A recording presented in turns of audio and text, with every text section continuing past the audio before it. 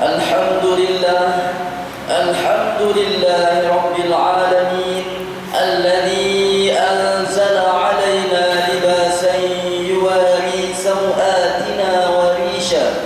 Wa ashhadu an la ilaha illallahul wahidul qahhar. Wa ashhadu anna Muhammadan abduhu wa rasuluhul bashirun nadhir. Allahumma salli wa sallim wa barik ala khairil anam Sayyidina wa maulana Muhammad wa ala alihi wa ashabihi wa ma tabi'ahum bi ihsanin ila yaumiddin. Amma ba'd, fa ya ibadallah ittaqullah wa ati'uhu la'allakum turhamun. Ikhwani al-muslimin rahimakumullah. Wahai hamba-hamba Allah, tingkatkanlah ketakwaan kepada Allah Subhanahu wa taala dengan mentaati segala titah perintahnya dan menjauhi segala larangannya. Semoga kita mendapat rahmat dan keampunan Allah. Tajuk khutbah pada hari ini ialah batas-batas aurat dalam Islam. Ma'asyiral muslimin hafizakumullah. Syariat Islam merupakan syariat yang paling lengkap dan sempurna yang wajib dipatuhi dan ditaati oleh semua manusia demi menjaga kemaslahatan mereka. Kerana ia adalah syariat yang datang daripada Allah Subhanahu wa taala, Tuhan yang bersifat dengan segala sifat kamalat. Syariat Islam juga merupakan syariat yang selaras dengan fitrah manusia yang mengandungi nilai-nilai adab dan akhlak yang tinggi. Di antara nilai-nilai adab dan akhlak yang wajib dipatuhi ialah menutup aurat. Aurat merupakan menurut bahasa Arab ialah keaiban atau kekurangan, sementara menurut istilah syarak pula ialah bahagian-bahagian tubuh badan yang wajib ditutup dan dilindungi daripada pandangan orang. Menutup aurat ialah suatu kewajipan yang selaras dengan fitrah manusia yang mempunyai nilai-nilai kemanusiaan, yang ingin melihat dirinya cantik dan tidak ingin bahagian-bahagian tertentu daripada tubuh badannya dilihat oleh orang lain.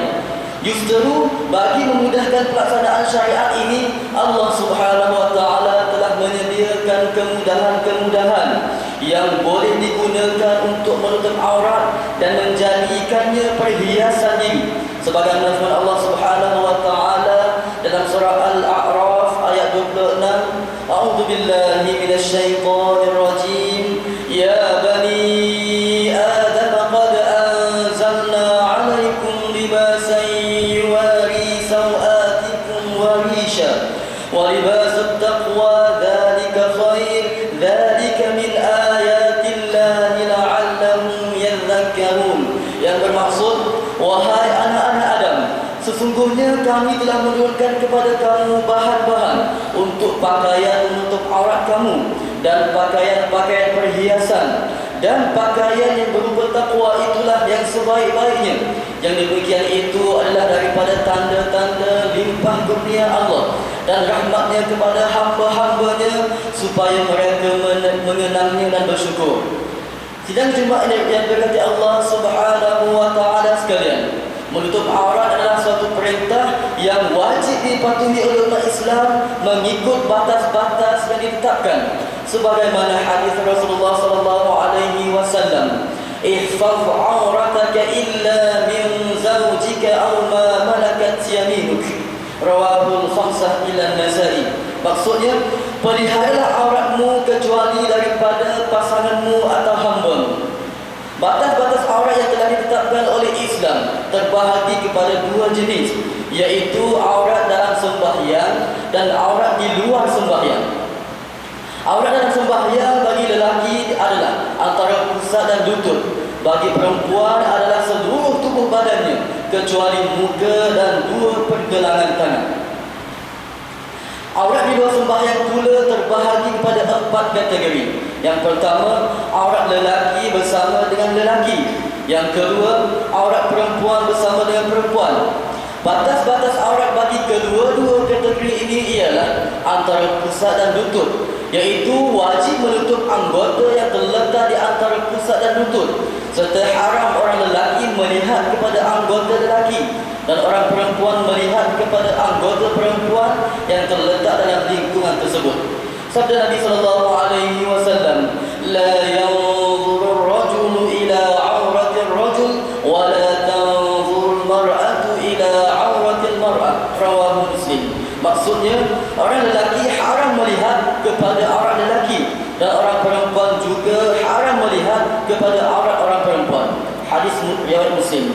Yang ketiga, aurat lelaki bersama dengan perempuan yang menjadi mahramnya adalah antara pusat dan lutut. Sementara dengan perempuan yang bukan mahramnya, terdapat dua pendapat ulama. Pendapat yang asah, iaitu yang lebih tepat ialah antara pusat dan lutut. Namun ada juga pendapat yang mengatakan seluruh tubuh badannya. Yang keempat, aurat perempuan bersama dengan lelaki yang bukan mahramnya adalah seluruh tubuh badannya kecuali muka dan dua tapak tangannya. Firman Allah Subhanahu wa taala dalam surah An-Nur ayat 31, A'udzubillahi minasyaitonir rajim. Wa qul lil mu'minina yaghuddna min absarihinna wa yahfazna furujahunna wa la yubdina zinatahunna illa ma zahara minha wal yadribna bi khumurihinna 'ala juyubihin wa la yubdina zinatahunna illa li bu'ulatihin. Al-ayat. Maksudnya, dan katakanlah kepada perempuan-perempuan yang beriman supaya menyekat pandangan mereka daripada memandang yang haram dan memelihara kehormatan mereka, dan janganlah mereka memperlihatkan perhiasan tubuh mereka kecuali yang zahir daripadanya, dan hendaklah mereka menutup belahan leher baju dengan tudung kepada mereka, dan janganlah mereka memperlihatkan perhiasan tubuh mereka melainkan kepada suami mereka. Ayat tersebut menunjukkan bahawa seseorang perempuan wajib menutup auratnya dengan sempurna dan haram memperlihatkan perhiasan tubuh badannya kepada lelaki yang bukan mahramnya, seperti bersolek atau memakai pakaian yang ketat yang memperlihatkan bentuk tubuh badannya, atau memakai pakaian yang menjolok mata yang boleh menarik perhatian lelaki dan sebagainya. Kerana orang perempuan hanya boleh memperlihatkan perhiasan tubuhnya kepada suami atau mahramnya sahaja. Sidang Jumaat yang diberkati Allah Subhanahu wa taala sekalian, perlu diingatkan bahawa yang dimaksudkan dengan mahram ialah bapa kandung atau bapa tiri, ibu kandung atau ibu tiri, datuk dan nenek sebelah bapa atau sebelah ibu, bapa saudara dan ibu saudara sebelah bapa atau sebelah ibu, adik-beradik si ibu sebapa atau sebapa atau si ibu, dan anak kandung atau anak tiri.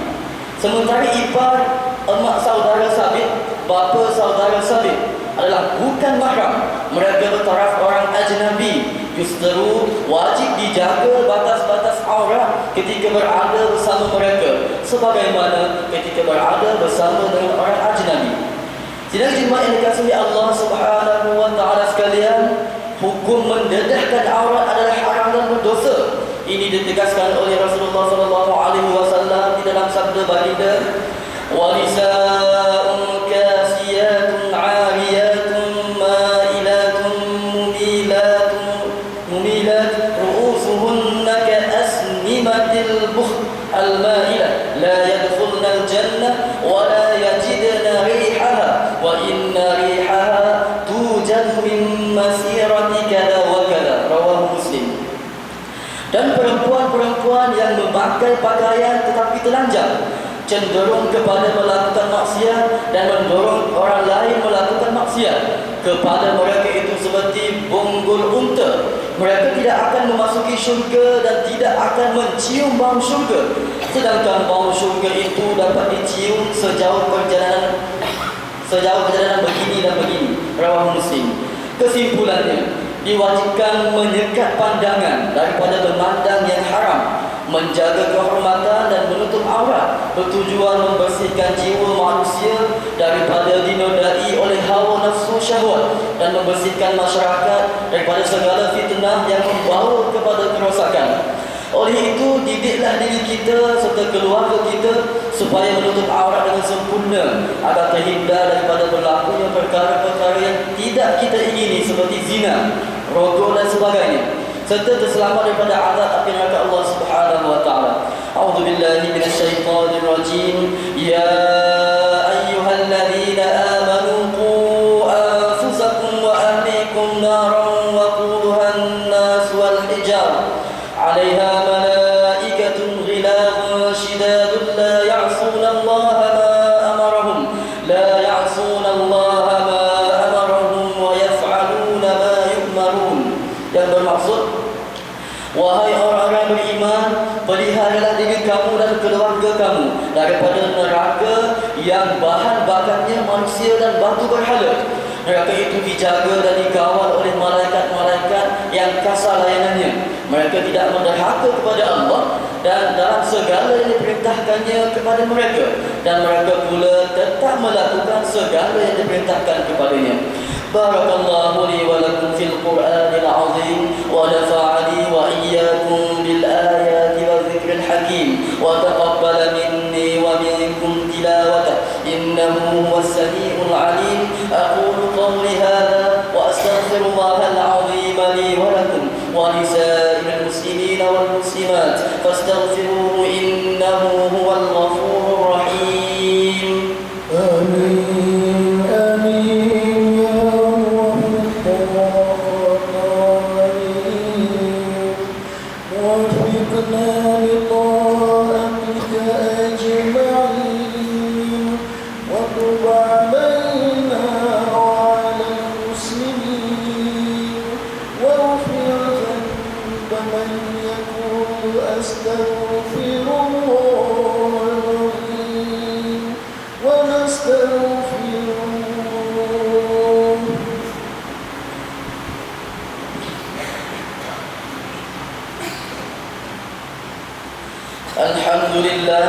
Alhamdulillah Rabbil Alamin wa bihi nasta'inu ala umuri dunya wad din. Ashhadu an la ilaha illallah al-wahidul haqqul mubin wa ashhadu anna Muhammadan 'abduhu wa rasuluhu as-sadiqul wa'dul amin. Allahumma salli wa sallim ala sayyidina Muhammad afdalil khalqi ajma'in wa ala alihi wa ashabihi wa man tabi'ahum bi ihsanin ila yaumiddin. Amma ba'd, fa ya ayyuhan nas usikum wa nafsi bi taqwallahi wa ta'atihi faqad fazal muttaqun. Ma'asyiral muslimin hafizakumullah. Saya berpesan kepada diri saya dan juga tuan-tuan sekalian, marilah sama-sama kita meningkatkan ketakwaan dan ketaatan kita kepada Allah, kerana hanya orang yang bertakwa sahaja yang mendapat kejayaan di dunia dan di akhirat. Patuhilah segala hukum Allah yang telah disyariatkan kepada Rasulullah SAW untuk disampaikan kepada umatnya, termasuklah hukum menjaga batas-batas aurat, kerana tiap-tiap hukum yang disyariatkan Allah adalah demi kebaikan dan kemaslahatan manusia seluruhnya.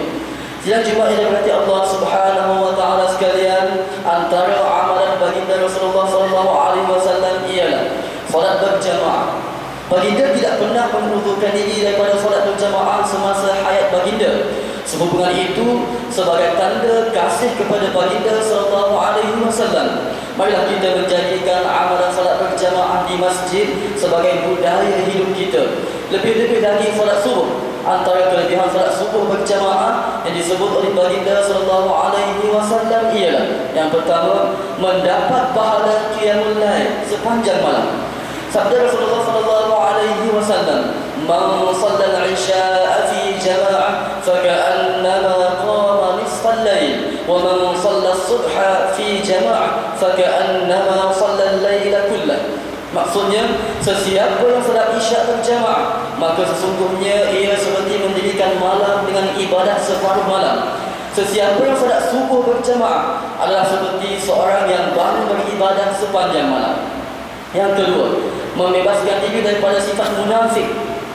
Sabda Rasulullah SAW, "Laisa salatun azqala 'ala al-munafiqina min al-fajr wal 'isha, walau ya'lamuna ma fihi bihima la atauhuma walau habwa, muttafaqun alaih. Maksudnya, solat yang paling berat ke atas orang yang munafik ialah solat subuh dan solat isya. Jikalau mereka tahu kelebihan yang ada pada kedua-duanya, sudah pasti mereka akan datang ke masjid walaupun dalam keadaan merangkak.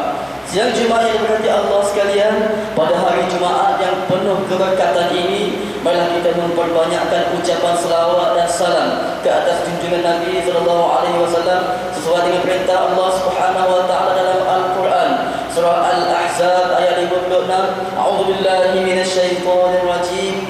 Innallaha wa malaikatahu yusalluna 'alan nabi ya ayyuhalladzina amanu sallu 'alaihi wa sallimu taslima.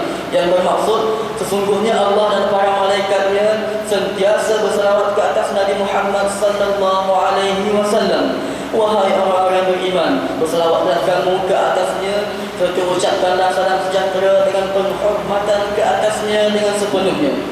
Sesungguhnya Allah Ta'ala menugaskan para malaikat untuk menyampaikan selawat kita kepada baginda sallallahu alaihi wasallam, bagi melayakkan kita bersama dengan baginda dan mendapat syafaatnya pada hari kiamat kelak. Allahumma salli ala sayyidina Muhammad wa ala ali sayyidina Muhammad kama sallaita ala sayyidina Ibrahim wa ala ali sayyidina Ibrahim wa barik ala sayyidina Muhammad wa ala ali sayyidina Muhammad kama barakta ala sayyidina Ibrahim wa ala سيدنا إبراهيم في العالمين إنك حميد مجيد. اللهم اغفر للمؤمنين والمؤمنات والمسلمين والمسلمات الأحياء منهم والأموات إنك سميع قريب مجيب الدعوات. اللهم ألف بين قلوبنا وأصلح ذات بيننا واجعلنا من الراشدين. اللهم أحسن عاقبتنا في الأمور كلها وأجرنا من خزي الدنيا وعذاب الآخرة يا رب العالمين. اللهم احفظ بدوام العون والهداية والتوفيق والصحة والسلامة منك يا كريم مولانا الواثق بالله السلطان ميزان زين العابدين ابن المرحوم السلطان محمود المكتفي بالله شاه، وأنزل الرحمة عليه وعلى سلطانه الظاهر سلطان ترقل، واحفظ أولاده وأهله وذويه وأقاربه، واحفظ علماءه ووزراءه وقضاته وعماله ورعاياه من المسلمين والمسلمات والمؤمنين والمؤمنات في الدنيا والآخرة برحمتك يا أرحم الراحمين. اللهم احفظ ولي العهد تنكو محمد إسماعيل ابن الواثق بالله السلطان ميزان زين العابدين.